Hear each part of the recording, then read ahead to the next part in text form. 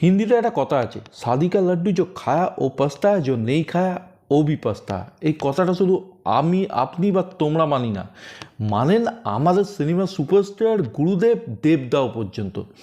তাই তো 2011 সালে যে দেবদা গলা ফাটিয়েছিলেন, কবে দিমু গলায় মালারে, সেই দেবদাই এখন গাইছেন হায়রে বিয়ে করলাম ক্যানে। মাঝখানে 13 বছরের গ্যাপ, পাল্টেছে সময়, পাল্টেছে বয়স, বিয়ে নিয়ে ভাবনা চিন্তা এবং পাল্টেছে ভাবনা চিন্তার সমীকরণ। যে দেবদা 13 বছর আগে অবিবাহিত পুরুষদের মনের আগুনে একটু ঘি ঢেলে দিয়ে উস্কে দিয়েছিলেন, সেই দেবদাই 2024-এ বিবাহিত পুরুষদের একদম মনের হাঁড়ির কথা সবার সামনে তুলে আনছেন। এর পেছনের ব্যাকরণ কারণ না বন্ধুরা, এর পেছনের ব্যাকরণ কারণ আজকে হয়তো আমরা ঘাটাতে যাব না, কারণ আজকের বিষয়ে আমরা কথা বলবো দেবদার এই গানের পেছনের মূল উৎস। গানটা কেমন হলো, গানটা কতটা ভালো হলো এবং দেবদা কি পারলেন বিবাহিত পুরুষদের মনের ব্যথাটাকে একটু নাড়িয়ে দিতে। কিন্তু তার আগে আমি মিঠুন তোমাদের সবাইকে কিন্তু স্বাগত জানাবোই তোমাদের নিজস্ব চ্যানেল মিঠুন মুভি চালুতে। তোমাদের চ্যানেল তোমাদের ভাবনা চিন্তার একমাত্র প্ল্যাটফর্ম। গুরুজনদের জানাবো আমার প্রণাম, ছোটদের আন্তরিক ভালোবাসা এবং শুভেচ্ছা।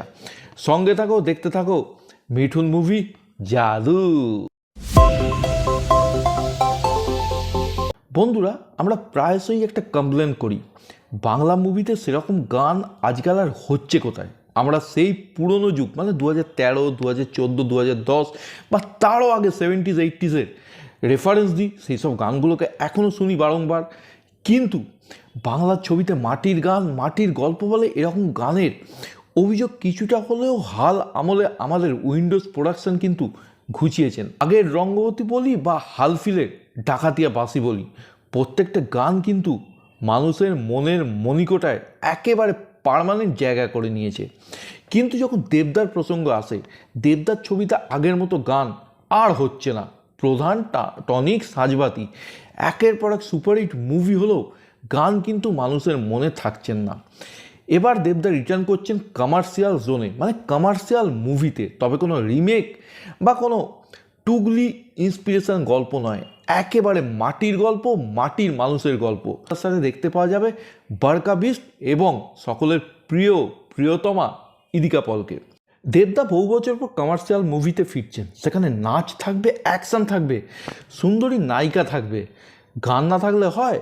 এবং সেই গান যদি জমজমাটি না হয়, মানে এখনকার কমার্শিয়াল মুভির কমার্শিয়াল গান যদি না হয়, তাহলে পুরোটাই পান্তা ভাতে ঘি।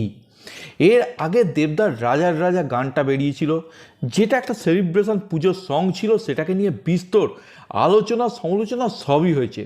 দেবদার নাচ নিয়ে বিস্তর প্রশ্নও হয়েছিল এবং প্রশ্ন আমিও তুলেছিলাম। তাই তো দেবদা এবারে কোমর বেঁধে নিজের দ্বিতীয় গান হায়রে বিয়ে করলাম ক্যানে রিলিজ করলো। তবে আজকে রাজাকে নিয়ে নয়, আজকে কথা বলবো রাজার বিয়ের পরে কি হাল হলো সেই নিয়ে, মানে দেবদার খাদান ছবির দ্বিতীয় গান হায়রে বিয়ে করলাম ক্যানে সেই নিয়ে।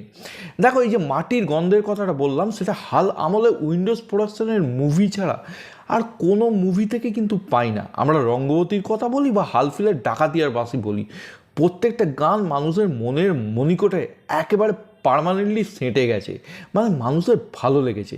এবং যে বাংলা সিনেমার দর্শক নাটুকে নিয়ে সেলিব্রেট করতো, সেই দর্শক কিন্তু এখন ডাকাতিয়া বাসিকে নিয়ে সেলিব্রেট করি।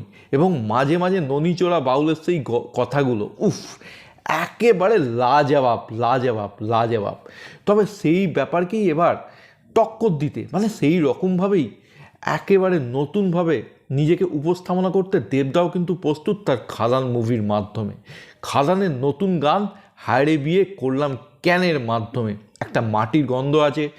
দেব বারকা বিস্টের সেই পুরনো নস্টালজিক কেমিস্ট্রি আছে এবং তার সঙ্গে অভিজিৎ বাবুর দুর্দান্ত কণ্ঠস্বর আছে। একেবারে সেই পরাণ যায় জ্বলিয়ারে ঢাকের তালের সেই গানের কথা মনে করিয়ে দেয়। তো বারকা বিস্টের জুটি দেখে যা পেয়ারেলালের যুগে ফিরে যাচ্ছ, তাদেরকে বলি একটু দাঁড়াও, কারণ পেয়ারের মেমোরিগুলো একটা অন্য মুডের ছিল, একটা অন্য তালের ছিল, একটা অন্য ছন্দের ছিল। তবে এখানে তাল, ছন্দ, মুড সব কিছুই আলাদা, তবে তাল আলাদা হলেও তাল কাটা নয়। তোমরা গানটা শুনলেই বুঝতে পারবে বন্ধুরা। গানটার মধ্যে সেই দুর্দান্ত উদ্যাপনা নেই, দুর্দান্ত পাগলামি নেই, আছে একটা সুন্দর মিষ্টি, একটা মাটির গন্ধে মোড়া একটা বাঙালির গান, বাংলা কমার্শিয়াল মুভির গান, যেটা শুনলে অটোমেটিক পা তুমি নাচিয়েই উঠবে। এবং দেবদা বরকাবিস্টের গেট আপ মেকআপ, সেটা নিয়ে তো কথা বলাই যাবে না। দেবদাকে দেখতে বেশ সুন্দর লাগছে, দেবদার ম্যানারিজম, মুখের অঙ্গভঙ্গি এবং যেভাবে উনি সিম্পল স্টেপে কিছু অসাধারণ ক্যারিশমা দেখাচ্ছেন, এটা বলতেই হবে। আজও বাংলার অন্যতম সুপারস্টার বলতে আমরা মহাদেব মানে দেবকেই বুঝি। যাই হোক, বারকাবিস্টের প্রসঙ্গে যদি বলি, তাকেও বেশ সুন্দর লাগছে, যেন আমাদের পাশের বাড়ির চেনা জানা সেই মেয়েটা। এইভাবে বারকাবিস্টকে প্রেজেন্ট করার কথা হয়তো বাংলা সিনেমার বাঘা বাঘা তুকর তুকর পরিচালকরা কোনোদিন ভাবেনি। এটা তাদের দুর্ভাগ্য এবং আমাদের সৌভাগ্য, আমরা দেবদার মুভিতে দেবদার সাথে বারকাবিস্টকে এইভাবে পেলাম। সুতরাং তিনিও কিন্তু বেশ দেবদার তালে তাল মেলাতে একেবারে সক্ষম। তবে এই গানের আরেকজন মধ্যমণি আছেন, তিনি হচ্ছেন যিশু সেনগুপ্ত। হ্যাঁ বন্ধুরা, এই মুভিতে তার যেমন চরিত্র সেই অনুযায়ী পোশাক কিন্তু তাকে দেওয়া হয়েছে, একেবারে খাপে খাপ। এবং সঙ্গে অবশ্যই তার সঙ্গী মানে সেই ঢোল বাজাচ্ছেন এবং গাইছেন সুদীপ নন্দীর কণ্ঠে। তার গান, তার ম্যানারিজম, তার ড্যান্স দেখে মনের মধ্যে একটাই শব্দ জেগে ওঠে, গার্ডেন গার্ডেন হো গেয়া, দিল গার্ডেন গার্ডেন হো গেয়া। হ্যাঁ বন্ধুরা, যিশুদাও কিন্তু এখানে সমানে সমানে টক্কর দিয়েছেন। এই গানটা সবথেকে বড় প্লাস পয়েন্ট কি জানো বন্ধুরা, এই গানটা কিন্তু হিরো ওয়ার্শিপ করেনি। এই গানের মধ্যে প্রত্যেকটি ইম্পর্টেন্ট ক্যারেক্টারকেই জায়গা দেওয়া হয়েছে। এই গানের মধ্যে প্রত্যেককেই সমান প্রেফারেন্স কিন্তু দেওয়া হয়েছে এবং সেখানেই এই গানটার সার্থকতা। এই গানের মধ্যে আমরা অনির্বাণ বাবুকেও দেখতে পাচ্ছি, একেবারে বিয়ের গান, সেলিব্রেশনের গান, এবং তিনিও কিন্তু রীতিমতো বেশ মুডেই আছেন বলে মনে হলো। এছাড়া সুজন নীলকেও আমরা দেখলাম, একজন পলিটিক্যাল পার্সনের চরিত্র অভিনয় করছেন এবং গানের মধ্যে যিশু এবং দেবদার সঙ্গে ছবিও তুললেন। এইরকমই তো এখনকার দিনের গান হওয়া উচিত। একটা গান একটা সিনেমার গল্পকে এগিয়ে নিয়ে যায়, একটা সিনেমার গল্পের গুরুত্বকে বাড়িয়ে নিয়ে যায়। এবং গানের মাঝে যিশুদার সংলাপ জয়গুরু, সেটা গানটাকে একটা অন্য মাত্রায়, একটা অন্য লেভেলে যেন নিয়ে যায়। ওভারঅল গানটার মধ্যে গ্র্যান্ডার আছে, লুক আছে, একটা ক্লাসিক ফিলিংস আছে এবং মাটির গন্ধ আছে। একটা মাটির গান বহু বছর পর আমরা দেবদার মুভি থেকে পেলাম, যেটা আমাদের কাছে অবশ্যই একটা বড় পাওনা। ভালো গান, ভালো কম্বো, ভালো জুটি, এনজয় করো, সমালোচনা করো না, আলোচনা করো। এটাই আমি বলবো এই গানটাকে দেখে। এবং অবশ্যই নীলয়ন চ্যাটার্জি, যিনি এই গানের পেছনে মূল কাণ্ডারি, তিনি জাস্ট ফাটিয়ে দিয়েছেন। এটুকু বলতেই হবে, জিৎ গাঙ্গুলির পর বাংলা মুভিতে কেউ যদি ভালো মিউজিক দিচ্ছেন কমার্শিয়াল স্পেসে গিয়ে, তিনি অবশ্যই নীলয়ন চট্টোপাধ্যায়। তিনি দেখিয়ে দিয়েছেন বাংলা মাটির কমার্শিয়াল গান কীরকম হতে পারে। গানটা শুধু দেখলেই হবে না, গানটা দেখে কিন্তু সব বিবাহিত পুরুষদের অবশ্যই বলতে হবে গানটা তোমাদের কতটা রিলিভেন্ট লেগেছে। এবং অবশ্যই সেটার জন্য আমার কমেন্ট বক্স 24 ঘন্টা খোলা। ঝটপট গানটি দেখো, চটপট কমেন্ট করে ফেলে এবং আমার ভিডিওটি দেখে অবশ্যই কেমন লাগলো সেটা কিন্তু তোমাদেরকে বলতেই হবে।